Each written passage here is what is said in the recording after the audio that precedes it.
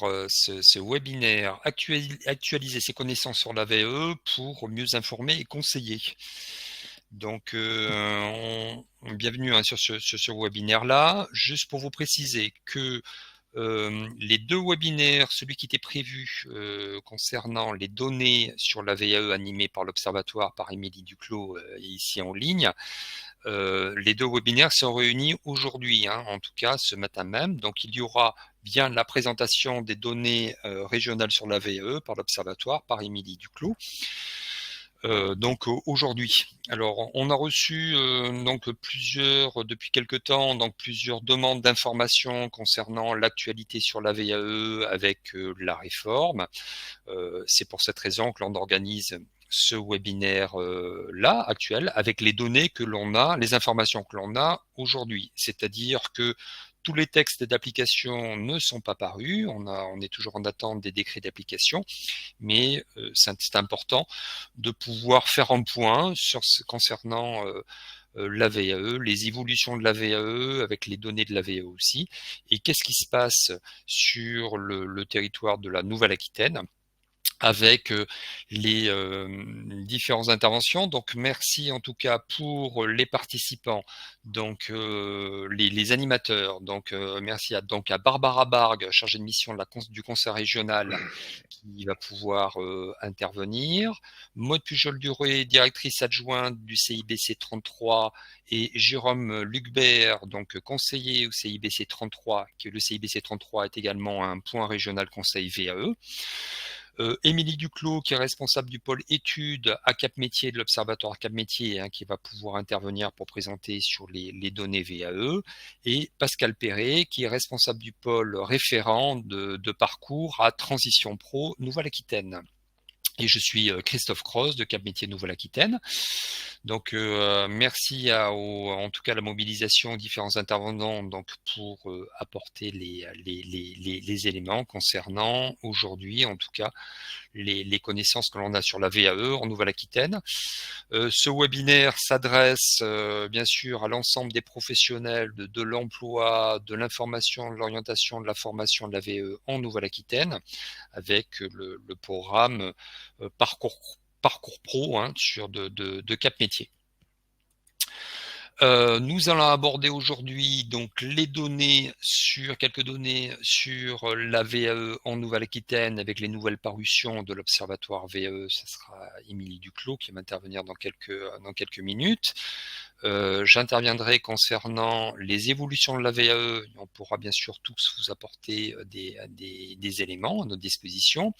Nous aborderons l'organisation de la VAE en région Nouvelle-Aquitaine, avec l'intervention donc de Barbara Bargue et Maude Pujol-Duré, Jérôme Lucbert du CIBC 33.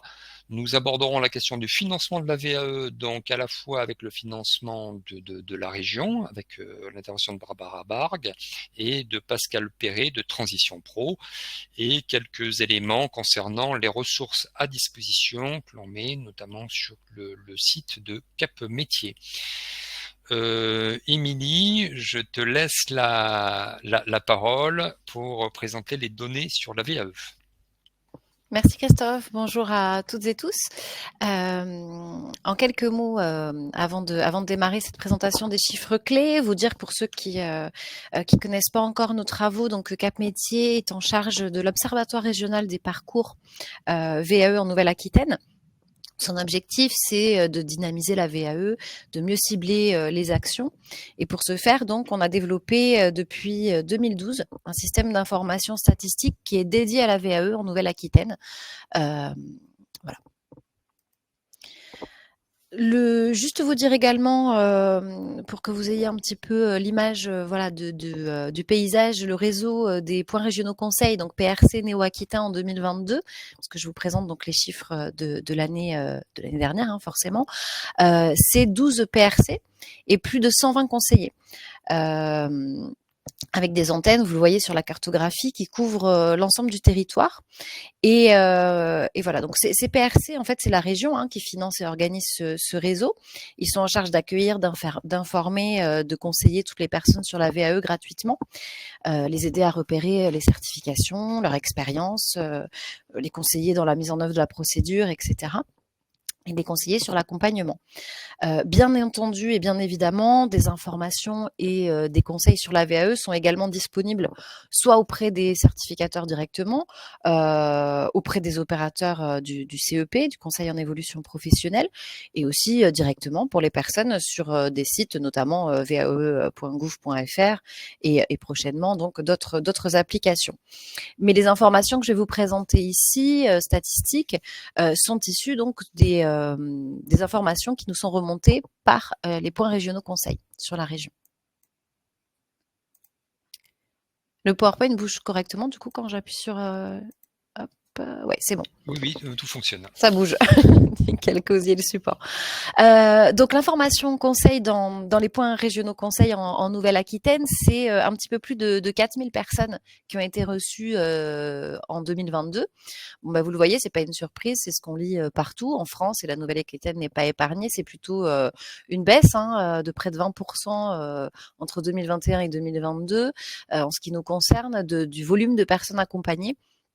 Quand j'ai regardé les chiffres 2023 avant de préparer ce webinaire, on voit qu'il y a quand même une légère augmentation des personnes qui se renseignent sur la VAE. On est à 3600 au 31 octobre contre 3400 pour cette même période sur l'année dernière. Voilà, donc il y a une petite hausse, mais on est assez loin des 7000 personnes qu'on recevait jusqu'aux années 2019, avant pandémie.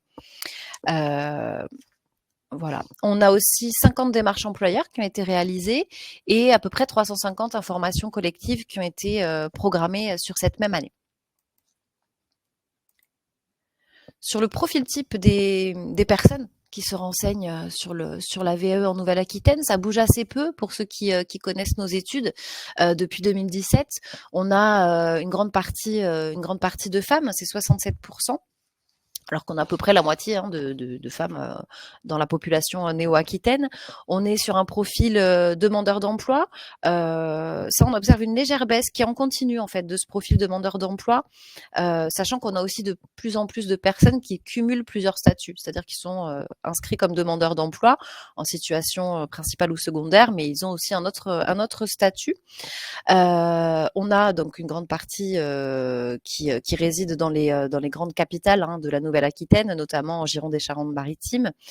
Et puis une moyenne d'âge qui continue d'augmenter légèrement depuis 2017. On est sur un âge moyen de 42 ans et demi pour la personne qui se renseigne. Et puis toujours des personnes qui sont issues du secteur de la santé et de l'action sociale. Donc là aussi, je vous donne vraiment les éléments clés dans notre étude complète que vous trouverez sur notre site. Vous avez les détails par secteur, les détails par département, etc. C'est aussi 7% de personnes en situation de handicap. C'était 5% en 2021. On a une légère hausse. Et puis des personnes qui sont plutôt de niveau bac, niveau 4 donc, et de niveau 3. Voilà, ce que je voulais noter aussi, c'est la part des personnes qui ont moins de 3 ans d'expérience. Vous le savez, depuis la loi d'août 2016, pour être éligible à la VAE, on a besoin d'avoir au moins 1 an, donc 1600 heures d'activité salariée ou autre pour mettre en œuvre un dossier de VAE contre 3 ans précédemment. Et quand on regarde justement cette part de personnes qui ont 1 an d'expérience professionnelle, ça augmente. En tout cas, 1 an, voire entre 1 an et 2 ans. Et c'est important parce que vous le verrez pour la suite des parcours, l'expérience a quand même un impact sur la réussite ou la poursuite du parcours. Ça c'est le détail, mais je vous l'ai dit, sanitaire et social, qui est le gros morceau de la VAE chez nous et partout en France. Dans les objectifs visés de la VAE, les certifications qui sont visées, on est toujours sur un objectif de recherche d'emploi et de promotion professionnelle quand on entame sa démarche. Sur les canaux, on est sur des personnes qui se renseignent grâce à Internet, donc seules, ou la presse, plutôt sur Internet, et sur le conseil de Pôle emploi, des missions locales, des Cap emploi, qui restent les premiers canaux d'information sur la VAE.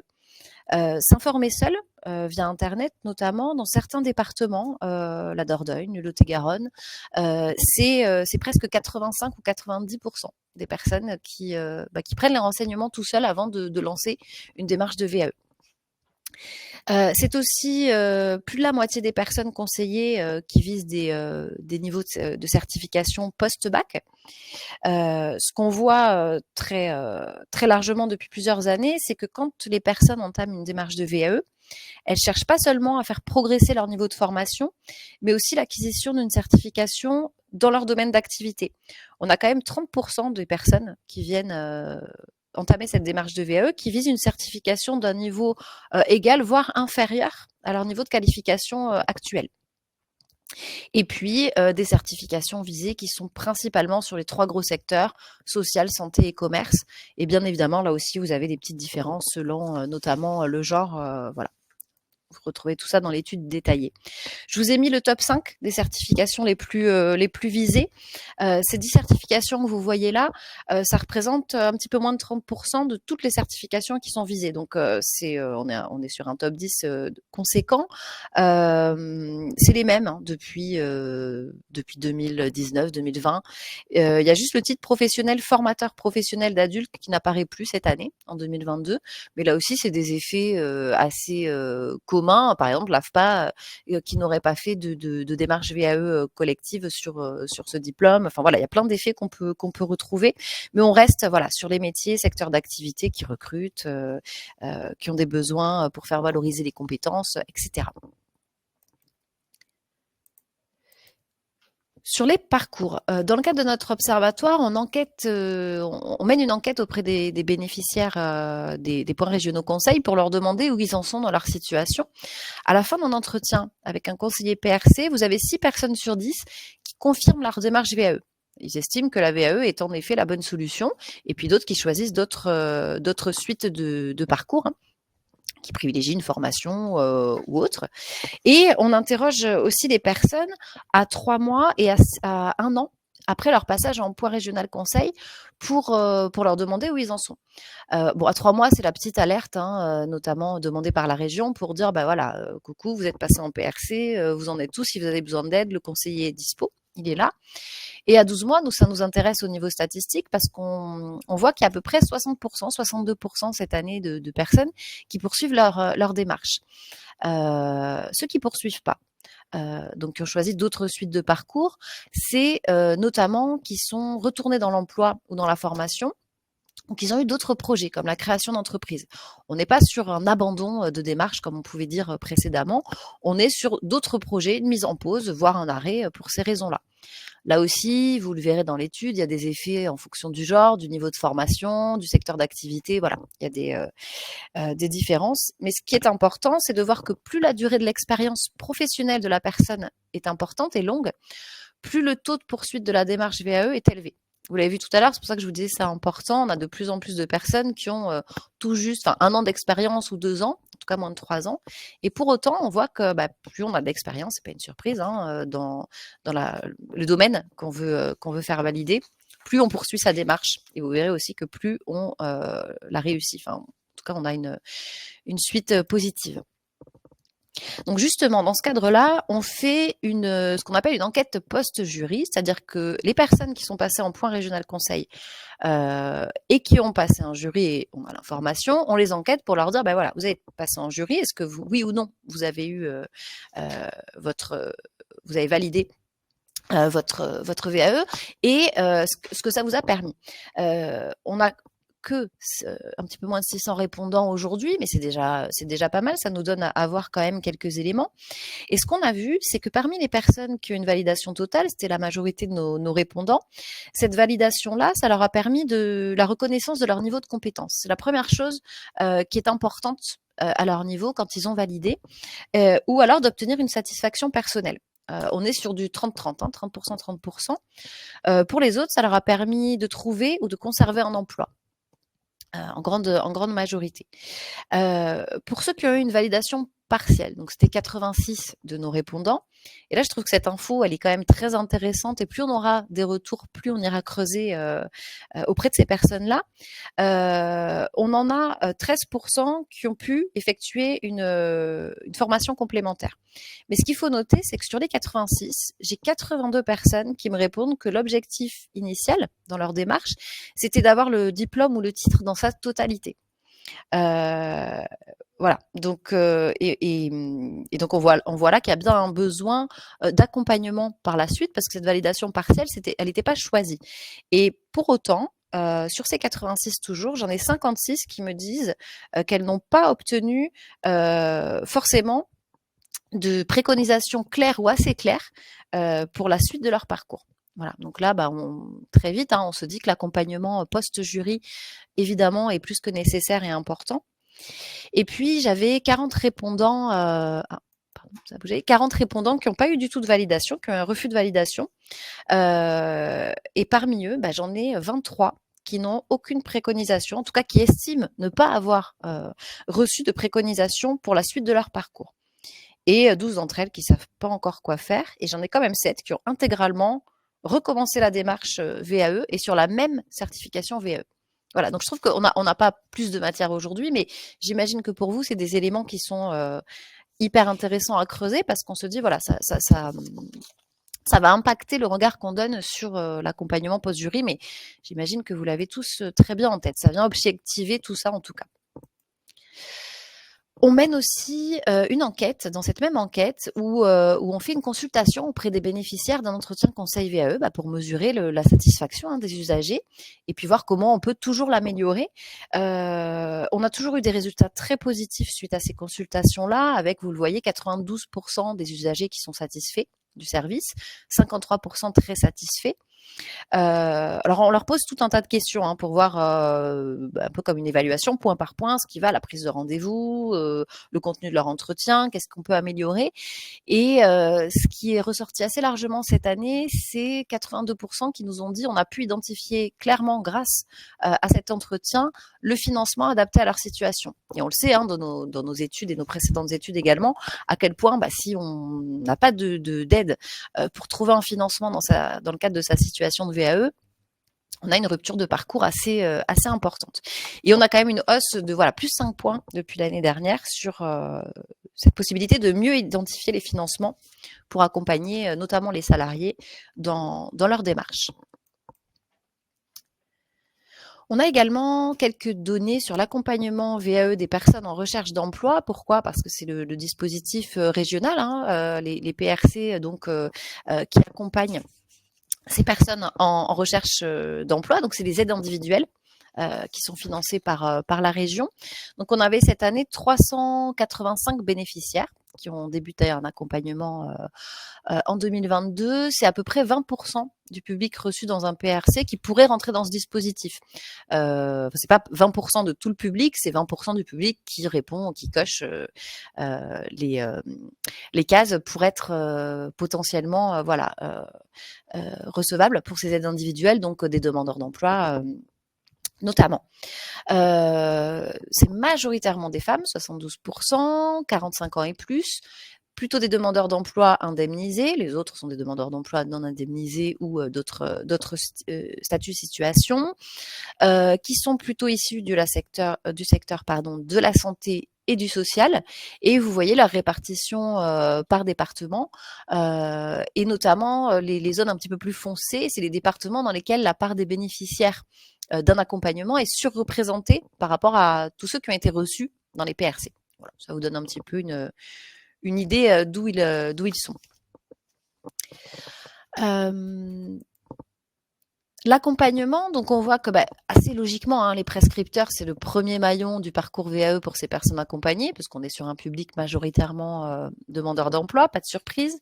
Le principal objectif visé dans cette démarche-là également, c'est la recherche d'emploi. Pas de surprise également. Et puis, c'est des bénéficiaires qui préparent majoritairement des certifications de niveau bac et infra-bac. Donc, on est sur un public de niveau 4, infra 4, et plutôt accompagné sur des diplômes de l'éducation nationale. Je vous ai mis aussi le top 5 des certifications que préparent ces candidats. qui bouge pas trop là non plus depuis plusieurs années, même avant le dispositif d'aide individuelle, sur tout ce qui était financement de l'accompagnement. Ce qu'il faut, je pense, surtout retenir quand on étudie ces personnes, quand on étudie le parcours de ces personnes qui sont accompagnées, c'est que quand on les compare à l'ensemble des personnes qui sont reçues en PRC, ces candidats accompagnés poursuivent beaucoup plus fréquemment, vous avez les chiffres dessous, leur démarche VAE. Regardez les volumes à 3 mois et après 1 an. Sur les personnes accompagnées, j'en ai quand même 97% qui sont toujours dans leur situation de démarche VAE, contre 57 des personnes qui ne le sont pas. J'ai regardé les personnes qui correspondent, qui ont le statut demandeur d'emploi. Et c'est 51%. Donc c'est quand même un gap énorme. À 12 mois, c'est la même chose. On a quand même 94% des personnes qui, 1 an après leur entretien conseil, ont poursuivi ou ont fini leur démarche de VAE, contre la moitié seulement des personnes qui ne sont pas accompagnées. Voilà. Alors ces données-là, ce qui est intéressant, c'est que nous les avons sur l'ensemble des données qui sont disponibles depuis la création de l'observatoire et pas uniquement sur une année de données. Donc ça, c'est des données qui concernent, alors j'ai plus du tout le volume en tête, mais vous le retrouverez dans l'étude, une cohorte de parcours de personnes qui est en termes de volume, qui est grosse. On n'est pas juste sur les 500 personnes accompagnées. Donc ces statistiques, ils sont quand même importants et voilà. Et on vous mesure vraiment l'impact de l'accompagnement VAE. Et puis pour conclure, j'ai remis une petite slide d'éléments qu'on a travaillé. Alors avec certains d'entre vous qui participaient au webinaire notamment, on avait organisé un groupe de travail avec la région, et puis l'ensemble des partenaires régionaux pour mesurer les conditions à réunir pour aller au bout d'un parcours VAE. Je trouvais intéressant d'en reparler en conclusion aujourd'hui parce que je pense que ça reprend bien les éléments qui sont objectivés par nos statistiques. C'est la sécurisation de la phase d'orientation, c'est-à-dire que avec un diagnostic juste au départ qui vérifie ou pas s'il est pertinent de faire de la VAE au regard des compétences, du projet, etc. Et évidemment, le choix de la certification, c'est déjà entrer dans un parcours avec une opportunité d'aller jusqu'au bout. C'est aussi d'avoir une ingénierie de parcours qui est porteuse de sens, structurante. Ça va donner du sens, ça va structurer au niveau des étapes, les financements, on en a parlé, la possibilité d'avoir un parcours hybride avec de la formation, et puis cette prise en charge systématique d'un accompagnement individualisé quand il est nécessaire tout au long du parcours, du moment où on se renseigne jusqu'à après le jury. On l'a vu sur les éléments post-jury, on a des personnes qui sont finalement en échec dans leur ressenti et qui ne savent pas quoi faire de tout ce temps passé. Et en rationalisant, en limitant le nombre d'interlocuteurs. Et je finirai en vous disant que vous retrouverez, pardon, c'était plus ma diapositive, tous les éléments, mais Christophe, je pense que tu enverras le support et qu'il y aura aussi les liens, toutes les ressources disponibles, notamment l'étude complète et une synthèse qu'on a réalisée sur les données 2022 et qu'on fera évidemment après sur les données 2023 sur le site de Cap Métier Pro. Voilà. Merci Émilie pour cette présentation succincte, rapide. C'est pas évident. Alors oui, effectivement, il y a des demandes d'informations concernant les données. On est sur une présentation assez rapide, synthétique pour tout regrouper dans un seul webinaire. Bien sûr, donc pour les participants, nous enverrons en tout cas les éléments d'information, les supports et notamment les liens avec les différentes études de l'Observatoire. Donc voilà, qui seront à votre disposition. Si vous avez des questions, vous pouvez intervenir à travers le chat qui est sur votre écran, en bas à droite de votre écran. Vous pouvez faire des remarques, des questions, nous essaierons d'y répondre sur les différents points abordés. Il y aura un replay de ce webinaire-là pour des personnes qui ont une difficulté à se connecter. Donc apparemment, voilà, il y a plusieurs personnes qui ont des difficultés à se connecter. Sachez qu'il y aura un replay qui sera à disposition et qui sera mis en ligne après sur notre site pour pouvoir le revoir. Sur les personnes qui ont des difficultés, regardez bien une invitation en cherchant dans votre messagerie par rapport à Livestorm, voilà, notamment dans les indésirables concernant concernant les problèmes de connexion. Donc voilà, on peut peut-être passer juste quelques minutes.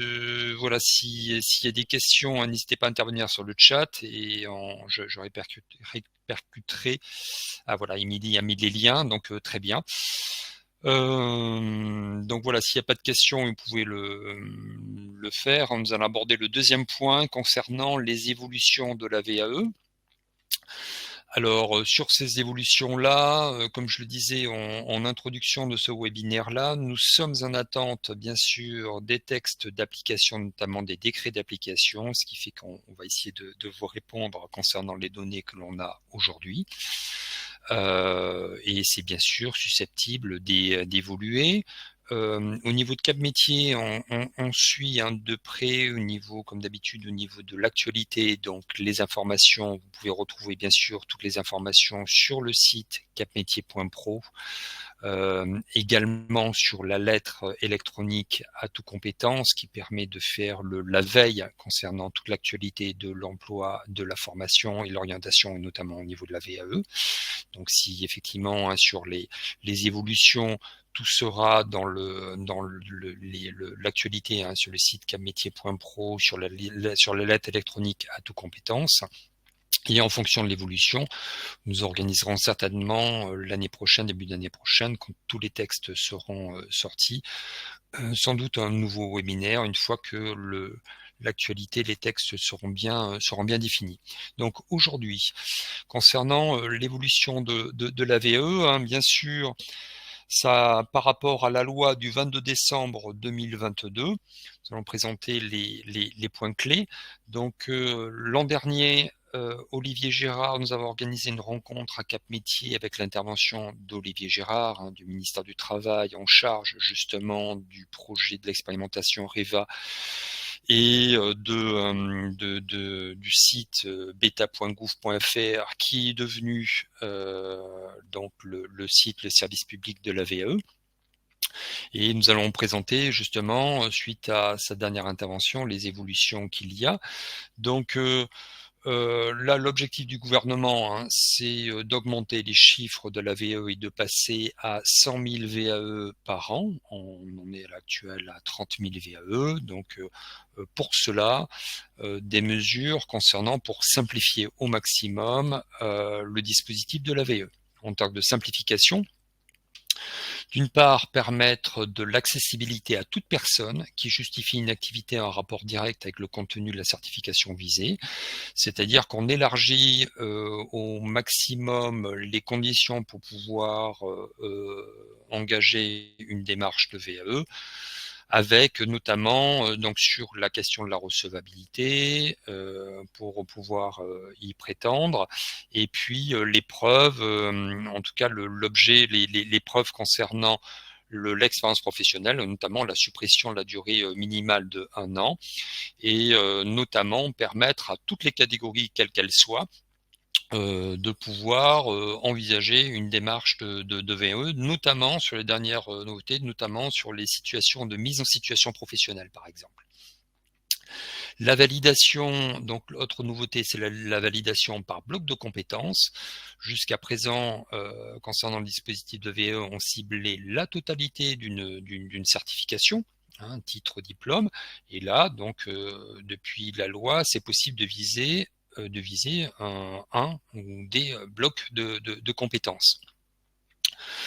La simplification, donc également effectivement avec l'élargissement du public et les conditions, notamment un financement donc simple, rapide pour les personnes qui sont bien éligibles par rapport au site France VAE, et puis un accompagnement renforcé, individualisé. On va entrer après dans les détails avec la fonction d'architecte de parcours. On est sur une notion de parcours au VAE, c'est-à-dire que effectivement de viser une certification, un bloc de compétences, mais également donc sur la nouvelle mouture, effectivement avec France VE, on parle de parcours, c'est-à-dire il est tout à fait possible de mêler également des actions formatives avec un accompagnement VAE.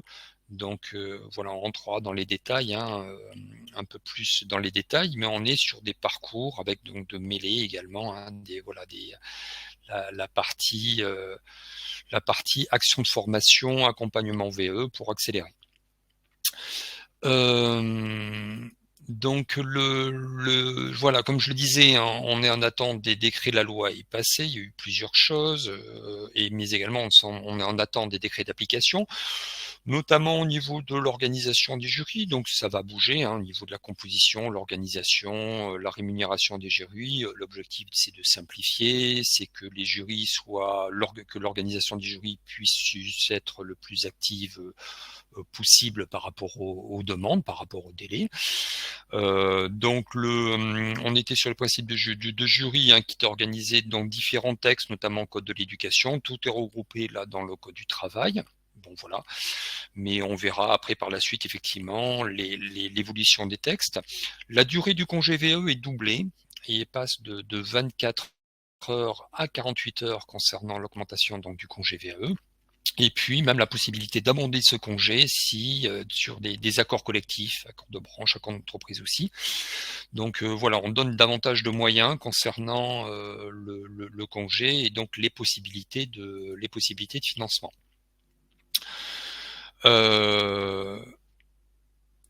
Voilà, concernant, donc je parlais du nouveau service public de la VAE. Alors comme vous avez pu le voir, hein, le site beta.gouv se transforme effectivement en France VAE. Et depuis l'été dernier, depuis le mois de juillet, la plateforme est ouverte. Qui s'intitule donc France VAE.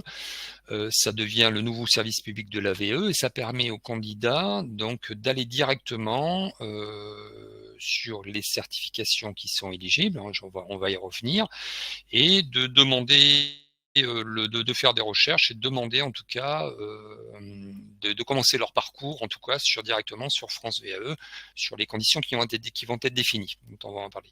Donc la plateforme est accessible et également pour les professionnels, notamment les architectes accompagnateurs de parcours. Donc là sur ce portail-là, hein, France VAE, donc on s'adresse, il y a à l'heure actuelle aujourd'hui 200 certifications en tout cas accessibles dans différents secteurs d'activité, donc 6 secteurs d'activité, et on est sur de la préfiguration, hein, pour le moment, puisque l'objectif c'est qu'à partir de début de l'année prochaine, janvier 2024, voilà, après ce stade-là, à l'heure actuelle de préfiguration, à partir de janvier 2024, qui est l'ensemble des certifications soit éligibles et directement accessibles sur le site de France VE. Donc là, on se retrouve à l'heure actuelle, en tout cas, hein, sur les différents domaines accessibles, les certifications accessibles sur France VE, sur les domaines donc du sanitaire et social, de la grande distribution, de l'industrie métallurgique et des métiers du sport. Ce sont ces certifications-là qui sont visées, une 200 et quelques certifications accessibles dans ces domaines d'activité, dans ces secteurs d'activité-là, ainsi que sur la filière des métiers transverses. Alors sur la filière des filières transverses, ça va concerner le marketing, la logistique et l'administratif. Donc voilà, donc à l'heure actuelle, hein, sur les domaines du sanitaire et social, de la grande distribution, des industries métallurgiques, métiers du sport et sur les filières transverses, il est possible donc voilà, d'accéder directement via France VAE avec l'aide des architectes de parcours pour entamer sur la réforme. On est dans une phase de préfiguration. Et normalement, donc les certifications avec les décrets d'application devraient s'ouvrir à partir de l'année prochaine. Pour les professionnels, en tout cas, c'est-à-dire les architectes accompagnateurs de parcours, vont passer également par France VAE, et puis les architectes de parcours ont leur espace dédié pour le suivi des dossiers sur le site de France VAE. Donc la suite de la démarche, donc comme je disais, l'inscription se fait directement axée sur le portail, ce qui fait que donc en tout cas sur les personnes qui peuvent accéder via le portail et commencer leur démarche de certification, là effectivement on est dans de la simplification, c'est-à-dire que ils sont pris en charge dès le début de leur parcours par les architectes accompagnateurs de parcours.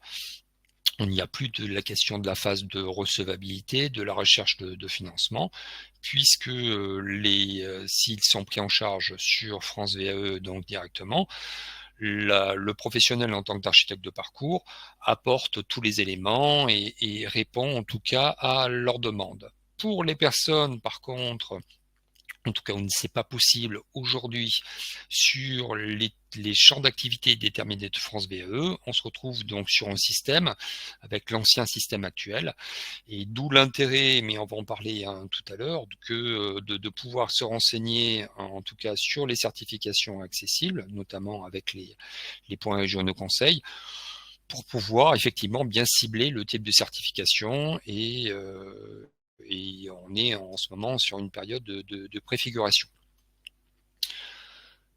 Donc la fonction même d'architecte de parcours, donc la définition d'architecte de parcours sont définis de chef d'orchestre qui apportera une aide technique, méthodologique et motivationnelle, accompagner le candidat tout au long de parcours avec des missions donc par rapport au projet du candidat pour cibler le type de certification, s'occuper de la partie faisabilité, donc la partie administrative, concevoir des parcours individualisés, c'est-à-dire que, comme je le disais tout à l'heure, il peut y avoir aussi pas seulement de l'accompagnement, mais également en parallèle, du moins, des actions de formation, même sur des situations des actions de situation de travail aussi également.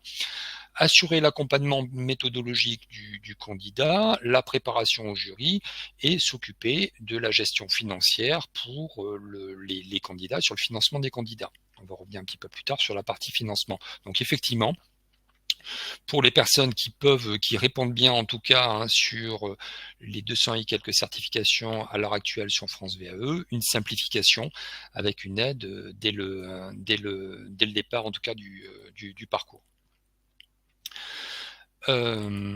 Depuis juillet 2023, les professionnels de la VAE peuvent aussi s'inscrire, obtenir des renseignements et s'inscrire par rapport au rôle, à la mission d'architecte de parcours sur les conditions. Donc France VAE organise des informations. Donc ce qui est important, c'est de préciser que en tout cas pour la fonction d'architecte de parcours, il faut être certifié Calliope au titre des actions de la VAE. Donc c'est les conditions indispensables en tout cas de la certification Calliope. Et puis des renseignements apportés bien sûr sur le périmètre d'intervention, le périmètre de l'accompagnement, et de répondre, de renseigner sur la typologie d'architecte de parcours. Alors, je vais repréciser, il y a 3 typologies concernant architectes accompagnateurs de parcours. D'une part, les architectes généralistes. Alors, sur les architectes généralistes, ils accompagnent sur l'ensemble des certifications, sauf les certifications de branche. Les architectes accompagnateurs de filières qui accompagnent sur les certifications d'une ou plusieurs filières, et ils peuvent également être experts aussi de branches professionnelles. Et puis les experts architectes accompagnateurs de parcours, experts de branche, eux accompagnent uniquement sur le champ conventionnel de la branche concernée.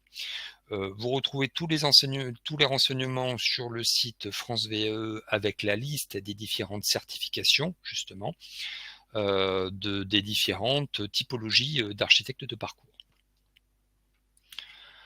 La question aussi de la VAE inversée, puisque sur les textes qui sont sortis, il y a également une expérimentation à travers le contrat de professionnalisation qui associe des actions de VAE sur le contrat de professionnalisation, donc ce qu'on appelle donc la VAE inversée, qui vise à accompagner les reconversions professionnelles et à répondre aux difficultés de recrutement des entreprises. Et elle est adossée à un contrat de professionnalisation dérogatoire qui propose un accompagnement individualisé, un parcours de formation en situation de travail, AFEST, et la délivrance, la possibilité de délivrance, en tout cas d'une certification ou des blocs de compétences. On est dans une phase d'expérimentation sur la VAE inversée. Donc, on est sur la durée du contrat de professionnalisation qui ne peut excéder 36 mois. Et le contrat donc associe différentes modalités d'acquisition de compétences, de la formation avec des enseignements généraux, professionnels, une activité professionnelle en entreprise, donc se rapproche de l'action en situation de travail, et puis en parallèle une action d'accompagnement en validation des acquis de l'expérience.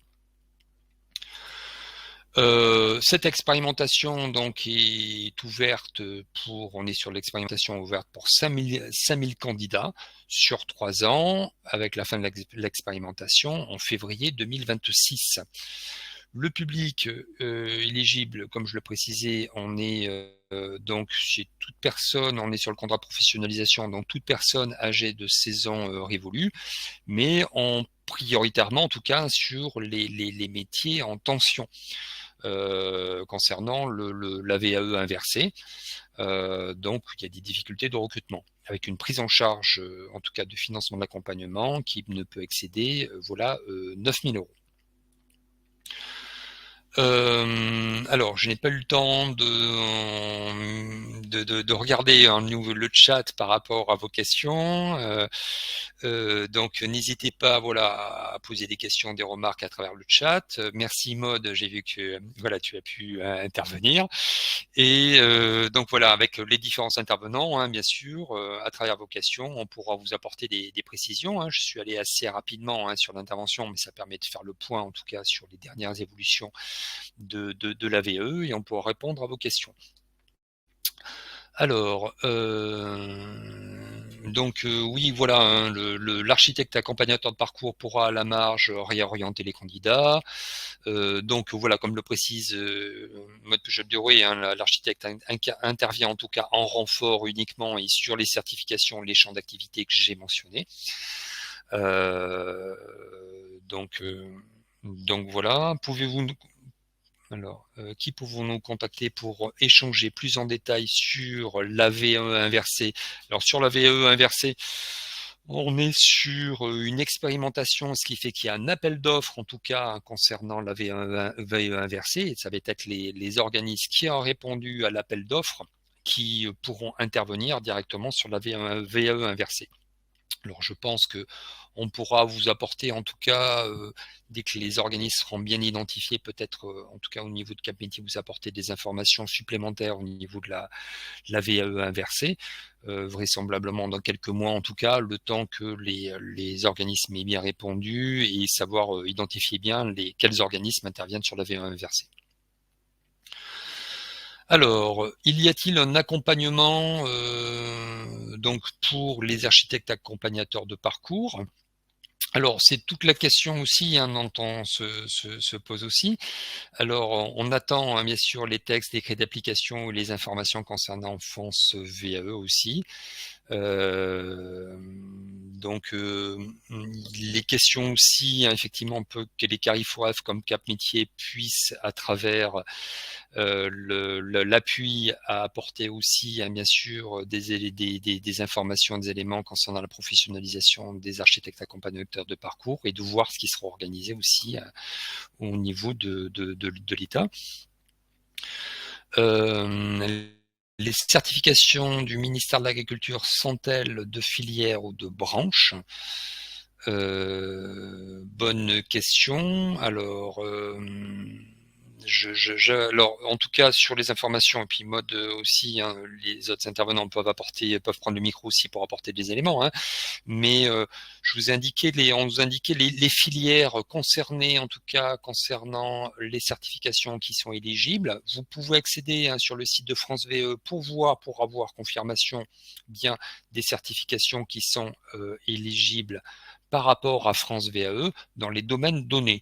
Alors sur les domaines donnés, hein, je vous ai indiqué en tout cas les domaines d'activité, c'est le sanitaire et social, la grande distribution, les industries métallurgiques, les filières du sport, les métiers transverses avec, je redis, hein, donc avec le marketing, logistique, administratif. Il n'est pas donné, en tout cas à ma connaissance, concernant les domaines de ministère de l'Agriculture à l'heure actuelle. Y a-t-il des démarches à faire pour inscrire son titre du RNCP au France VE? Alors non en tant que tel, c'est-à-dire que là, ce qui donnait, donc c'est France VE en tout cas qui inscrit au fur et à mesure les inscriptions les certifications qui sont enregistrées sur le RNCP au fur et à mesure dans France VE avec des priorités. Et là, à l'heure actuelle, donc les déclarations, en tout cas, d'Olivier Gérard et du ministère, c'est la priorité concerne tout ce qui est les certifications professionnelles, donc les CQP de branche, en tout cas en priorité, les titres professionnels.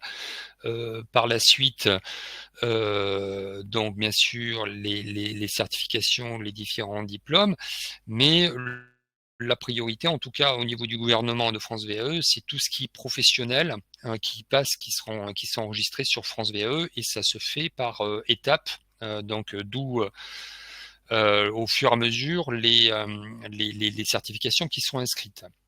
Il y avait une intervention que je suis en train de rechercher, hein, d'Olivier Gérard, qui est assez intéressante. Voilà. Donc il dit: l'objectif est de déverser en premier les titres à finalité professionnelle et les CQP de branche qui le souhaitent, puis les diplômes de l'éducation nationale et les titres du ministère du Travail. Donc voilà, hein, ça se fait, voilà l'intervention, en tout cas, hein, la citation de l'intervention d'Olivier Gérard concernant les certifications. Donc, y a-t-il des démarches à faire pour l'inscription? Donc voilà. Est-on informé? Alors, c'est-à-dire, est-on informé concernant la réforme? Alors, la réforme est en cours, hein, on attend les textes, les décrets d'application. Je suppose que lorsqu'il y aura une publication des décrets d'application, il y aura davantage peut-être d'informations concernant l'information donnée, et l'objectif, en tout cas, qui est affiché, hein, j'ai précisé tout à l'heure, l'objectif c'est janvier 2024, à partir du début de l'année 2024, davantage l'ouverture au niveau de France VAE. Alors, étant informé quand le titre est inscrit sur France VAE, oui, et puis surtout d'aller chercher directement sur France VAE les certifications qui sont éligibles sur France VAE. Hein. Je vous ai indiqué les liens, enfin dans le support, vous avez les liens sur la slide qui reprend les 3 architectes de parcours, avec dessous il y a les liens, en tout cas, des certifications concernées sur les différents architectes de parcours. Donc, mais voilà, en tout cas, ça renvoie vers le site internet de France VAE, hein, sur les champs d'activité, les domaines d'activité qui sont ouverts. Donc voilà, écoutez, n'hésitez pas à intervenir aussi, hein, sur le chat, et puis on reprendra après les différentes questions. Je laisse en tout cas la parole, en tout cas sur l'organisation de la VE en région Nouvelle-Aquitaine, avec les interventions donc de Barbara Bargue de la région Nouvelle-Aquitaine, et de Maud Pujol-Duruet du CIBC 33. Allez-y, Barbara, Maud, vous avez la main, ou du moins le micro, hein, pour pouvoir intervenir. Je commence, Maud ? Merci. Oui, vas-y, Barbara. Bonjour à tous. Actuellement, donc, puisqu'on va parler actuellement, en région Nouvelle-Aquitaine, la région intervient à 2 niveaux sur sur la VAE, qui est pour l'instant toujours de Alors, compétence de la région. excusez-moi Barbara, mais on a du mal à t'entendre. Peut-être parler plus fort au niveau du micro, Mais parce que le son est faible. Voilà, désolé. mon casque ne fonctionne pas sur Livestorm. Ah donc, voilà, c'est un peu mieux en parlant plus fort. très bien. Donc la région intervient à deux niveaux sur la validation des acquis de l'expérience actuellement. Elle intervient, elle finance donc la phase d'information conseil à la VAE via les points régionaux conseils et par le biais d'un marché que l'on a passé et avec ces points relais qui sont devenus points relais. Donc vous avez un numéro unique pour contacter et avoir de l'information conseil sur la VAE. Ce numéro unique ensuite vous permet d'avoir les renseignements et de savoir quel est le PRC le plus proche de chez vous, quel est celui dont vous dépendez. Donc ce service qui est financé par la région est gratuit, accessible à tous et délivre une information bien évidemment complète de qualité sur toute la VAE. Donc ça, c'est l'amont, on va dire, c'est l'information conseil. La région intervient aussi ensuite sur la démarche VAE, on va dire individuelle, d'une personne, d'un néo-aquitain. Par le biais des aides individuelles, nous avons un règlement d'intervention qui est toujours en vigueur sur la VAE, donc qui permet de financer son parcours. Alors en deux étapes, on a toute la phase 1, on va dire, jusqu'au jury. Là, le financement est à hauteur de 1 800 €, et puis nous avons l'accompagnement post-jury qui est à hauteur de 600 €. Donc ces deux interventions régionales sont en cours jusqu'au 31 décembre. Le marché s'arrête au 31 décembre, le marché d'information conseil. Nous allons en relancer un, nous sommes en train de le finaliser, il sera relancé. Pourquoi ? Parce que on a donc cette consigne de nos élus de ne pas laisser de néo-aquitains au bord de la route. Et c'est surtout que l'on a identifié très certainement un besoin qui va perdurer sur l'information conseil en VAE. On veut certes, en tout cas le gouvernement veut certes la simplifier, mais tout un chacun ne sera pas en capacité de s'inscrire lui-même sur la plateforme et de choisir sa certification, ce qui est le point de départ du nouveau parcours VAE.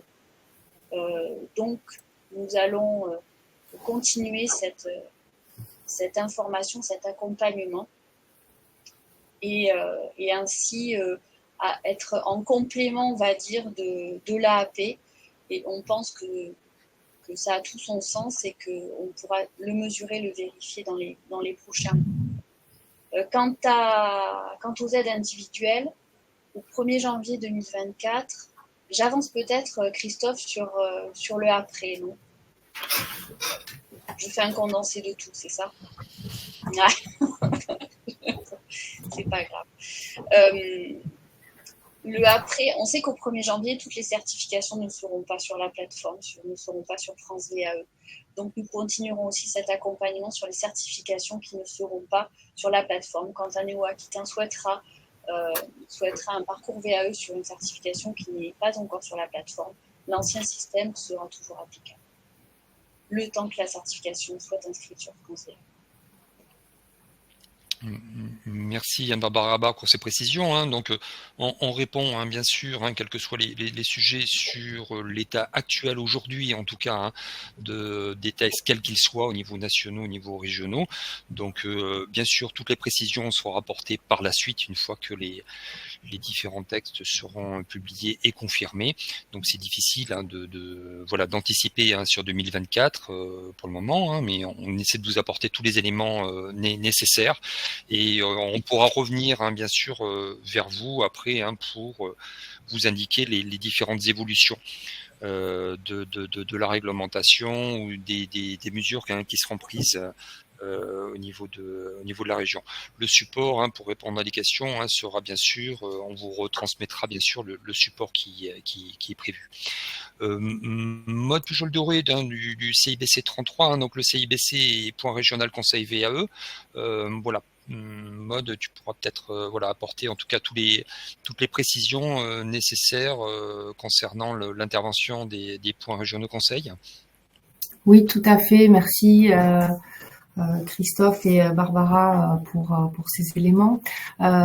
Effectivement, on est en ce moment avec l'avance de phase du nouveau dispositif 2024 dans un double dispositif qui existe, d'où le positionnement de la région qui conforte le rôle des PRC de manière à pouvoir orienter et les bénéficiaires et les prescripteurs, de manière à pouvoir vous aider pour savoir si la certification, alors déjà pour choisir la certification en amont, et ensuite pour savoir si la certification aujourd'hui va être accessible sur France VAE ou alors par le système, le futur ancien système, mais toujours d'actualité pour toutes les certifications qui ne sont pas sur France VAE. Donc, le rôle du PRC qui est de promouvoir la VAE sur le territoire girondin, j'allais dire, est à vos côtés pour renseigner que ce soit les bénéficiaires, les entreprises ou les prescripteurs. Il faut vraiment, j'ai juste quelques questions dans le chat pour que vous puissiez ne pas hésiter à nous solliciter, parce que c'est vrai que c'est extrêmement flou, ces deux systèmes qui cohabitent et coexistent. On est là toujours pour répondre aux différentes questions des bénéficiaires pour savoir si la VAE est pertinente par rapport à leur projet, donc en amont du choix de la certification qui est la clé d'entrée sur France VAE où le bénéficiaire va pouvoir s'inscrire en choisissant une certification.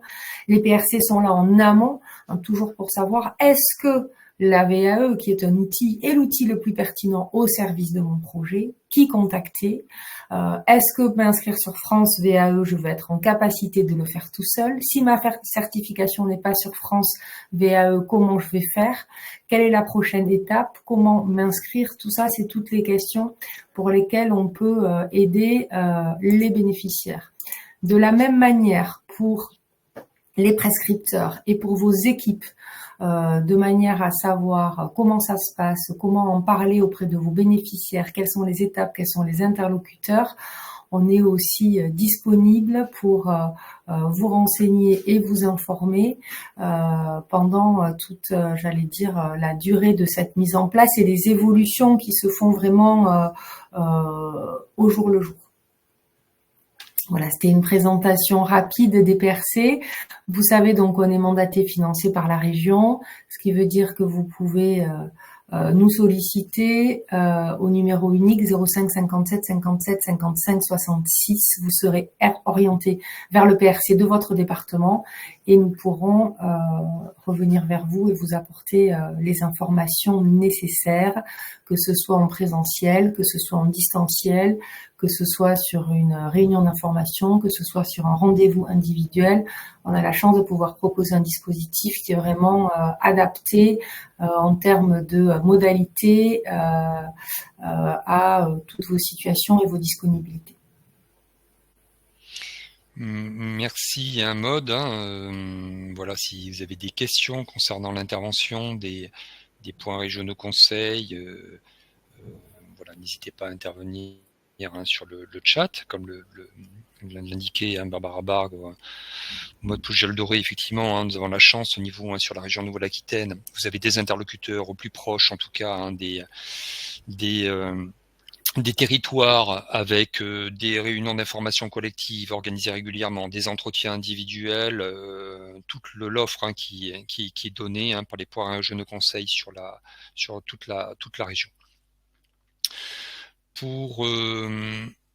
Donc voilà, s'il n'y a pas d'autres interventions, nous allons aborder sur la question du financement. Effectivement, là, ce webinaire-là donc s'adresse aux professionnels de l'emploi, l'orientation, de la formation. Alors effectivement, pour le grand public, ça devrait être plus simple dans quelques temps, puisque avec l'objectif de simplification avec France VAE, mais en tant que professionnel, c'est important de pouvoir bien renseigner, de comprendre et bien renseigner le public et comprendre le système avec sur la question du financement, les différentes évolutions qu'il y a. Donc, alors peut-être Barbara, donc de repréciser si en tout cas le financement de l'accompagnement en région si nécessaire, et en tout cas hein, tout ce qui est à disposition concernant les demandeurs d'emploi et certains types de publics qui vont être précisés, et également avec l'aide de Pascal Perret hein, pour le financement concernant les salariés, dont ceux de Transition Pro. Barbara, je te laisse la parole. Non, la slide est très bien faite et synthétique. En effet, donc l'accompagnement du candidat se fait en 2 phases, comme je vous disais. Donc il y a la phase 1 jusqu'au jury, son accompagnement, donc pour l'aider à monter son dossier, à trouver le financement, enfin remplir sa demande de financement, et ensuite le post-jury, donc une fois qu'il a passé l'entretien avec le jury. Et en fait, vous avez aussi toutes les catégories de publics qui sont accompagnés, qui sont visés dans notre règlement d'intervention. Vous voyez le demandeur d'emploi, indemnisé par Pôle emploi, des salariés en congé parental, les personnes souhaitant faire valoir une expérience bénévole, associative, syndicale ou politique, et les personnes sous main de justice dans un établissement de Nouvelle-Aquitaine. Donc ça, c'est ce qui se passe en ce moment, jusqu'au 31 décembre, on va dire pour tout le monde. Et à partir du 1er janvier, c'est ce qui se passera pour les personnes souhaitant engager une démarche VAE sur une certification qui n'est pas sur la plateforme. Merci Barbara pour ces précisions. Le dire, là, effectivement, en tout cas, il y a des solutions qui sont apportées pour toutes les personnes qui souhaitent justement engager une démarche de VAE, hein, quelle que soit la situation, hein, c'est ce qui est important. Et donc, en dehors du public, hein, demandant d'emploi, salariés en congé parental, effectivement, détenus en établissement pénitentiaire, qui était précisé. Également pour les salariés, donc la loi en tout cas a bien reprécisé hein, du moins en tout cas pour le statut salarié, notamment le rôle de Transition Pro. Merci hein, Pascal Perret de pouvoir apporter les précisions. Oui, merci à vous de nous accueillir pour cette présentation. Désolé pour ma voix, j'espère qu'elle passe quand même et qu'elle est comprise de tous. C'est vrai que la nouvelle loi a redistribué les cartes, ça c'est évident. Donc tout le monde connaissait avant les OPACIF et dans la famille des OPACIF les FONGECIF. Le CIF disparaissant, nous sommes devenus donc maintenant les Transitions Pro. Il y en a 18 au plan national. On est sous la coordination d'un organisme national qui s'appelle Certif Pro et nos dotations nous sont données annuellement par France Compétences et éventuellement avec aussi le FNE. Transition Pro Nouvelle-Aquitaine, on le rappellera jamais assez, mais notre région est immense, hein, la taille de l'Autriche, la population du Danemark. Donc on a trois lieux d'accueil, le siège à Bordeaux bien sûr, mais également 2 sites, un à Niort et un à Limoges, qui correspond aux anciennes régions administratives. Aujourd'hui on est 34 collaborateurs et bien sûr on assure la gestion de dispositifs. Mais on a aussi des missions transverses qui nous ont été données par la loi. Mais revenons à la VAE, puisque c'est un des dispositifs que nous finançons. Alors, ça a été un peu compliqué, cette VAE, financement de VAE, parce que le 31 décembre 2019, on nous a dit « Non, vous ne financerez plus la VAE ». Et puis, Covid arrivant, on a eu une ordonnance au 1er avril 2020 qui nous a dit si vous pouvez recommencer à financer la VAE. Et on a repris à financer la VAE le 1er juin 2020. C'est en cours d'année, donc la pompe était désamorcée. Il a fallu relancer cette information auprès du plus grand nombre. Sur 2020, on a financé que 27 dossiers de VAE. En 2021, la machine était bien relancée, sauf que l'ordonnance nous donnait mission de financer cette VAE que jusqu'au 31 mai 2021. Et donc, on s'est arrêté le 31 mai 2021 et on n'a pu financer que 141 dossiers sur l'année 2021. En 2022, le 1er juin 2022, une nouvelle ordonnance, ou plus exactement une lettre de couverture ministérielle, nous a permis de recommencer le financement de la VAE. Et donc, en 2022, on a financé 89 dossiers VAE. Et puis, on va dire que les choses se sont bien établies, puisque en 2023 jusqu'à aujourd'hui, dernière commission d'octobre 2023, on a financé 223 dossiers de VAE.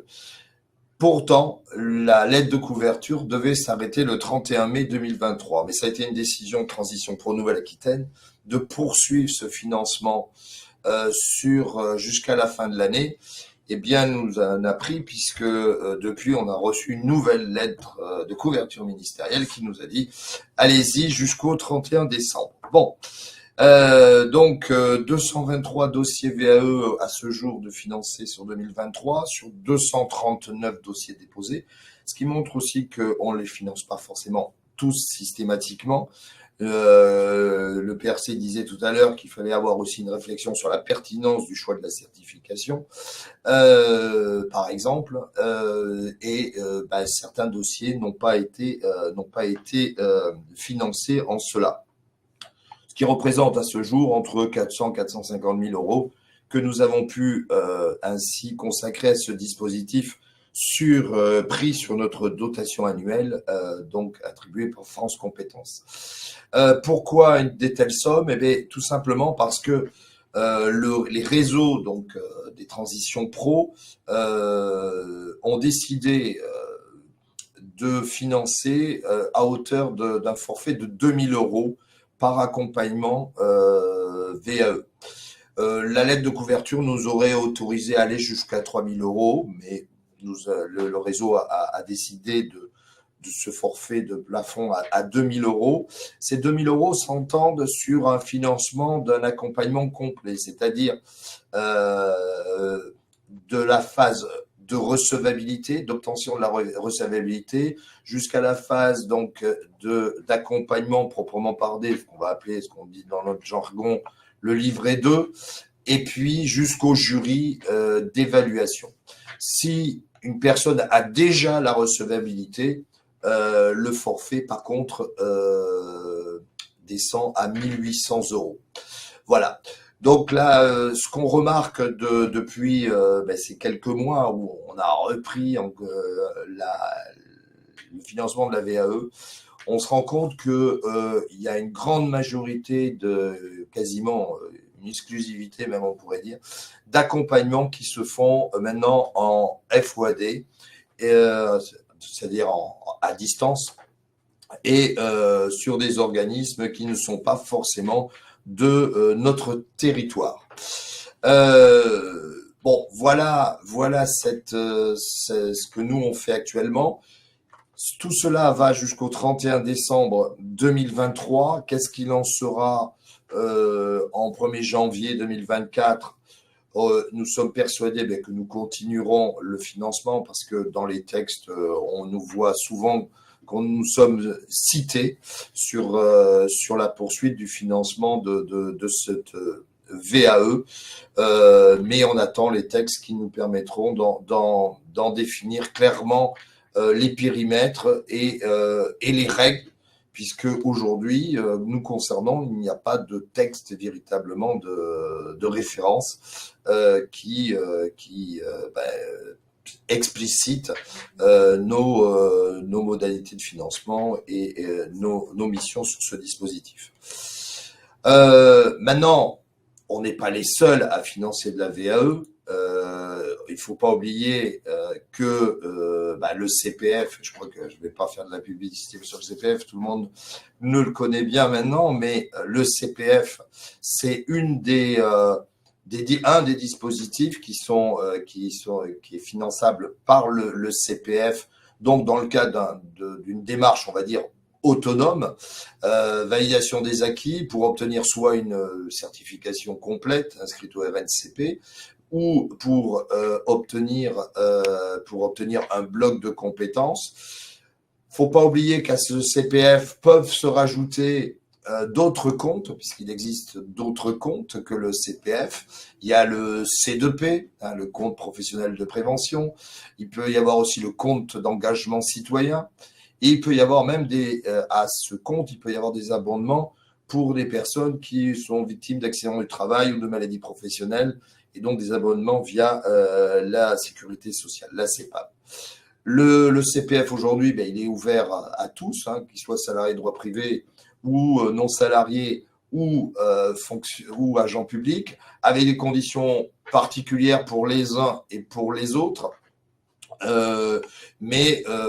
Donc aujourd'hui, c'est vrai que c'est sûrement le double système qu'évoquait Maud. C'est une des portes d'entrée de financement aujourd'hui, c'est qu'une personne peut engager une démarche VAE sans passer par France VAE et sans avoir forcément d'accompagnement préalable.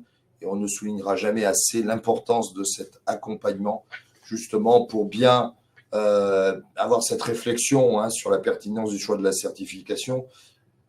Parce que récemment, j'ai eu l'occasion de traiter un dossier où la personne disait clairement qu'elle voulait devenir aide-soignante, qu'elle faisait déjà fonction d'aide-soignante, plus ou moins dans une maison de retraite, et en fait, elle nous demandait de financer une validation pour un DE-AVS.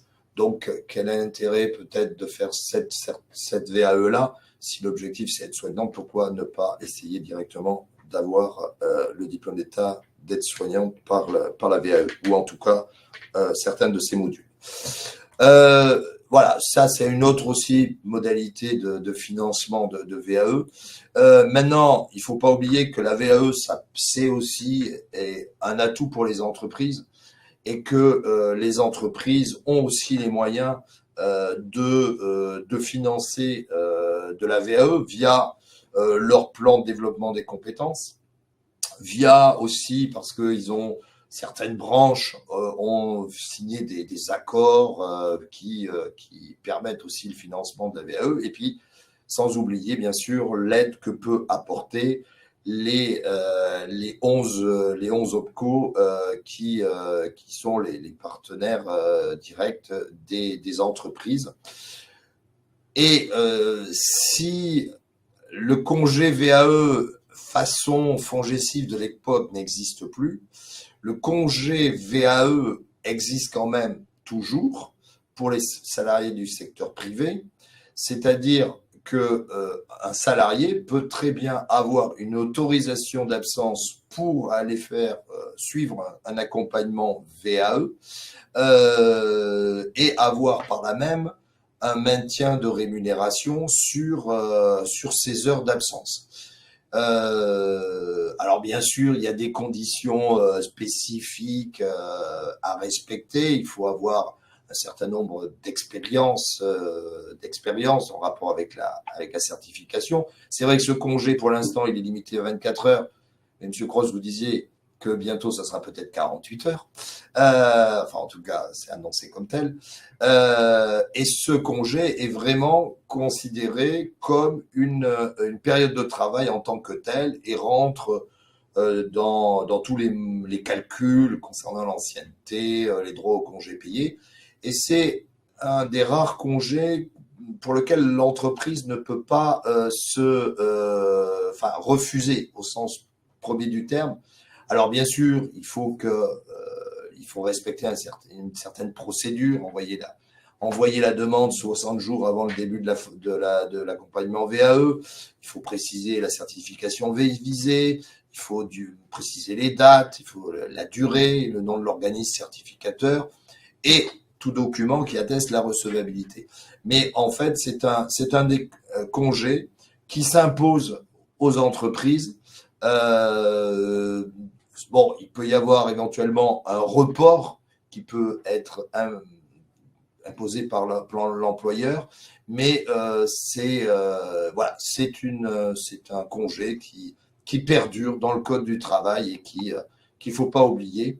Et en tout cas, la VAE est un atout pour l'entreprise. D'ailleurs, je crois que c'est le sens de la VAE inversée dont vous évoquiez tout à l'heure le principe. Je te forme à mes techniques, à mes process, à mes modes de travail.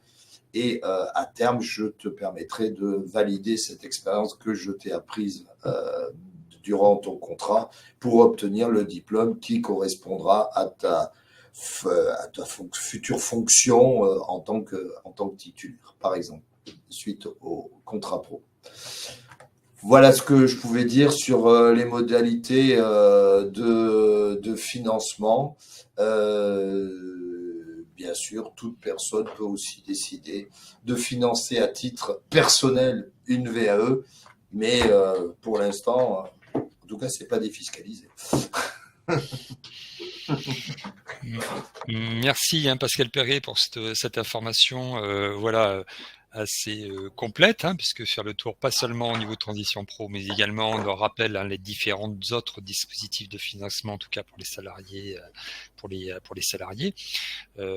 Donc voilà, c'est important d'avoir aussi ce point-là, un rappel effectivement, d'une part le financement en tout cas pour de la région, en tout cas pour les demandeurs d'emploi et les autres catégories de publics qui ont été précisées. Les autres possibilités de financement, bien sûr, on ne peut pas répondre à toutes les questions parce que, voilà, je le rappelle, on est toujours en attente effectivement des textes d'application. Comme l'a dit Maud Joldouré, c'est important, en tout cas, le moindre questionnement, tournez-vous vers les points régionaux conseils VAE qui interviennent effectivement sur l'ensemble de champs, toute l'information nécessaire à la fois par les candidats sur la recherche de certification, sur les recherches de financement aussi également, qui sont le plus proches de votre territoire. Merci Maud d'ailleurs d'avoir répondu dans le chat. Vous voyez sur toutes les questions qui viennent, vous avez l'ensemble en tout cas des professionnels des points régionaux qui interviennent sur l'ensemble des interrogations concernant le champ de la VAE. Et surtout le plus proche de votre territoire avec les entretiens individuels et les informations collectives. En complément de ces informations-là, j'ai un petit rappel concernant les ressources qui sont à disposition et qui bien sûr vont évoluer. Donc je rappelais en tout cas, il y a le guide régional VAE, donc édité par Cap Métier, qui est en téléchargement sur le site internet de capmétier.pro. Alors effectivement, là, le guide est en phase de réactualisation. Et on n'a pas encore sorti le nouveau guide puisque l'on attend bien sûr que tous les textes d'application soient établis. Dans ce guide-là, vous retrouvez les informations concernant la VE et également les interlocuteurs régionaux avec les organismes à référencer certificateurs, qui dit les différentes certifications, organismes donc les adresses aussi indiquées. On parle toujours du financement, un nerf de la guerre, donc il y a également un guide du financement en attente d'actualisation, on attend pour le moment, bien sûr, et on attend que les textes d'application soient sortis pour pouvoir actualiser le guide de financement qui est également sur le site capmétier.pro et qui sera bientôt en tout cas mis à jour. Sur tout l'aspect de l'actualité, de la veille, la newsletter, donc toutes les semaines à tout compétences, avec des points notamment, il y avait des questions concernant les appels d'offres aussi sur le site de capmétier.pro et les informations en tant que de veille sur la lettre électronique à tout compétences. Sur le site internet cametier.pro, vous trouvez aussi la rubrique « Qui fait quoi ?» pour identifier les différents acteurs, que ce soit les points régionaux conseils, les organismes accompagnateurs, certificateurs, enfin tous les professionnels, vous pouvez le retrouver ici. Un site, un portail public pour cap-métier, cap-métier.fr, qui le portail cette fois à destination du public avec des informations concernant la VAE, concernant le grand public.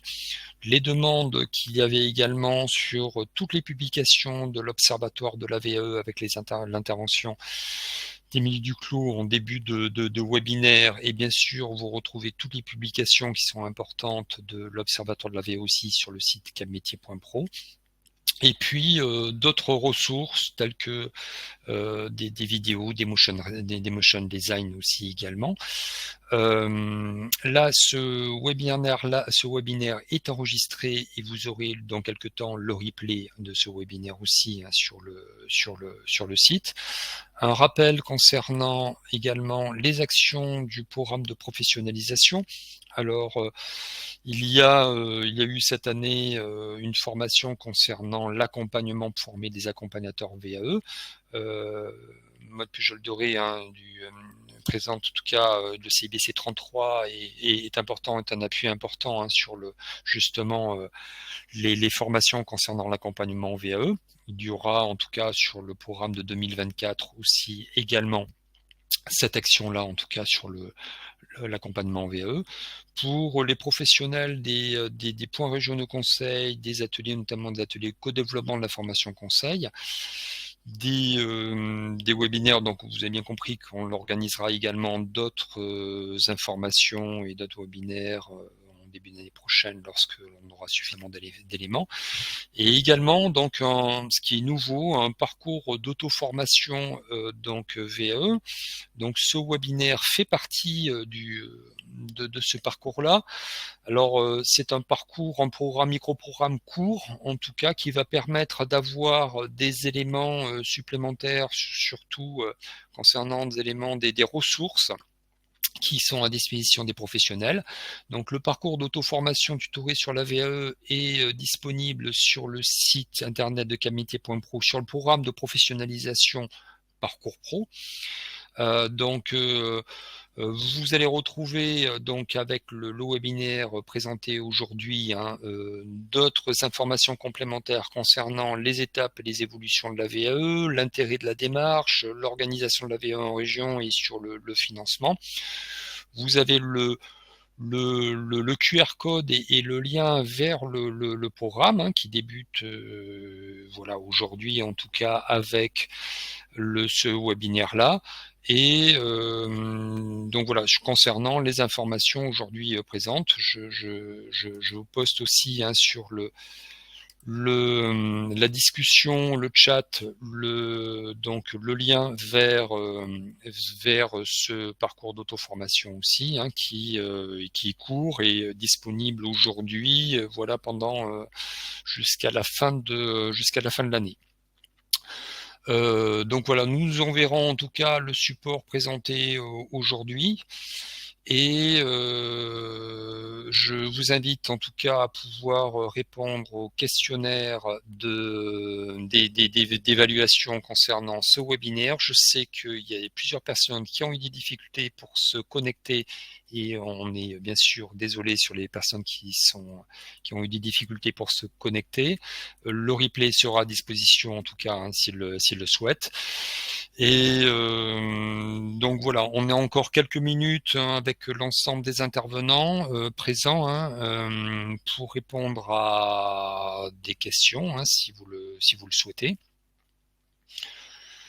Et en tout cas, merci à Barbara Bargue, Pascal Perret, Maud Pujol-Doré, Émilie Duclos, hein, pour leurs interventions et leurs précisions sur tous les éléments qui ont été amenés. Merci à vous, Monsieur Cros, et aux participants. Et nous ne pouvons que souligner les efforts que fait notre région sur cette question. Je crois qu'on est sûrement une des régions peut-être de référence sur notamment ces PRC. Et donc, nous insisterons toujours sur l'importance de l'accompagnement dans cette mission et qui rentre de façon générale plus dans toutes les problématiques de transition et d'évolution. Donc, merci à vous de nous avoir donné la parole et à la région de faire en sorte que ce dispositif soit ouvert au plus grand nombre. Oui. Bon, mais écoutez, voilà, s'il n'y a pas d'autres interventions, hein, on va atteindre la fin de ce webinaire-là. Donc, merci aux intervenants. Hein, on vous transmettra bien sûr les supports, le support présenté et puis le replay dans quelques temps. Bonne journée à tous. Au revoir. Au revoir. Merci, à bientôt.